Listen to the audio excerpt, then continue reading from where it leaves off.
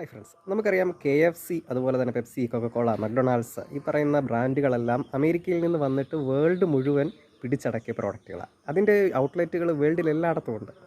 ആ, എന്ത് ഇനിയും നമ്മുടെ നാട്ടിൽ ഇപ്പോൾ കുടുംബശ്രീയുടെ കഫേസ് ഉണ്ട്. ഈ കുടുംബശ്രീ കഫേസ് എന്ന് പറയുന്നത് എണ്ണത്തിൽ വളരെ കുറവാണ്, പക്ഷേ അത്യാവശ്യം സക്സസ്ഫുൾ ആയിട്ടാണ് എല്ലാം പോകുന്നത്.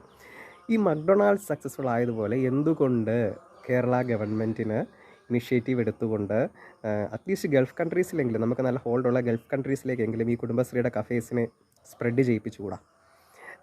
അത് അവിടെ നിന്ന് നമുക്ക് അത് യൂറോപ്പിലേക്കും, കാരണം യൂറോപ്യൻസൊക്കെ ഇവിടെ വന്ന് നമ്മുടെ ഈ കഞ്ഞി അസ്ത്രം, അതുപോലെ തന്നെ അപ്പം, stew, vegetable chicken stew, vegetable stew, ഈ ഐറ്റംസിനോടൊക്കെ ഇവർക്ക് ഭയങ്കര ഇൻട്രസ്റ്റ് ഉള്ളതായിട്ട് വായിച്ച് അറിയാൻ മനസ്സിലാക്കാൻ പറ്റിയിട്ടുണ്ട്.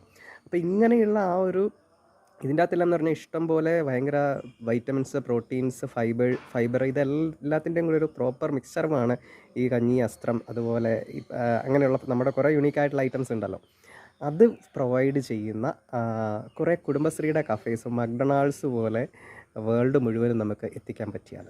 ഇതിനെല്ലാം പ്രായോഗികമായിട്ടുള്ള കുറച്ച് ഡിഫിക്കൽട്ടീസ് ഉണ്ടായിരിക്കും, പക്ഷേ പ്രോപ്പറായിട്ടുള്ള റിസർച്ച് ചെയ്ത് പതുക്കെ പതുക്കെ നമുക്ക് സ്പ്രെഡ് ചെയ്തെടുക്കാൻ പറ്റിയാൽ അതൊരു വലിയ വലിയ മൂവ്മെൻ്റ് ആയിരിക്കും.